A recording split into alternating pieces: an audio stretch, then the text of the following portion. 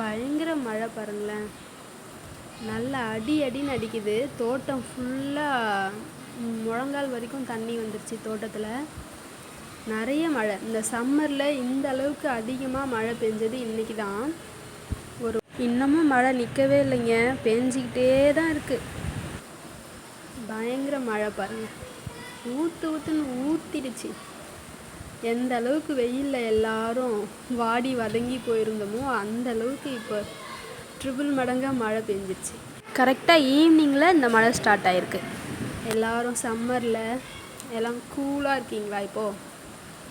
இப்போ வந்து இந்த மழைக்கு ஏற்ற மாதிரி சூடாக ஒரு ஸ்நாக்ஸ் பண்ணி சாப்பிடலாம் அப்படின்னு தோணுச்சு. சரி, அதுக்காக என்ன செய்யலான்னு யோசித்தேன். வீட்டில் இருந்த கேழ்வரகு மாவு கொஞ்சம் இருந்துச்சு, அதை வச்சு பகோடா மாதிரி செய்யலான்னு முடிவு பண்ணிட்டேன். அப்புறம் பார்த்திங்கன்னா கேழ்வரகு மாவு 1 கப்பு, அப்புறம் அதுக்கு ஏற்ற மாதிரி ஒரு 2 வெங்காயம் நல்லா பொடியாக கட் பண்ணி போட்டாச்சு. அப்புறம் காரத்துக்கு ஏற்ற பச்சை மிளகா, தோட்டத்தில் போயிட்டு முருங்கைக்கீரை உடச்சிக்கிட்டு வந்தேன். அதை கொஞ்சம் வாஷ் பண்ணி அது கூட மிக்ஸ் பண்ணிவிட்டு பகோடா பதத்துக்கு தேவையான அளவு உப்பு சேர்த்துக்கோங்க. பகோடா பதத்துக்கு கொஞ்சம் கொஞ்சமாக எண்ணெயில் கிள்ளி போடுற அளவுக்கு தண்ணி சேர்த்து பிசைஞ்சு வச்சுருக்கேன்.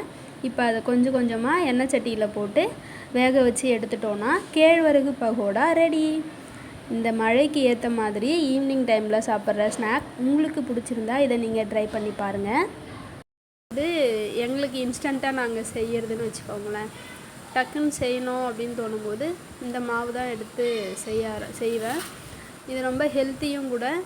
அதோட வந்து கேழ்வரகு வந்து எப்படி பிள்ளைங்களுக்கு கொடுக்கறதுன்னு பார்க்கும்போது இது ஒரு ஈஸியான ஒரு வேவாக எனக்கு தோணுச்சு.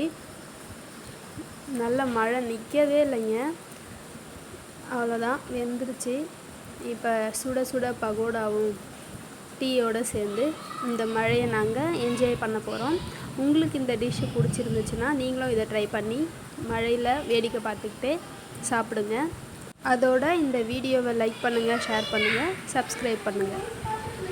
வாங்க இப்போ இதை குட்டீஸ்க்கு கொடுக்கலாம். அவங்க சாப்பிட்டு என்ன சொல்கிறாங்கன்னு பார்க்கலாம். இந்தாங்க, இதை சாப்பிடுங்க. எப்படி இருக்குன்னு டேஸ்ட் பண்ணி சொல்லுங்கள்.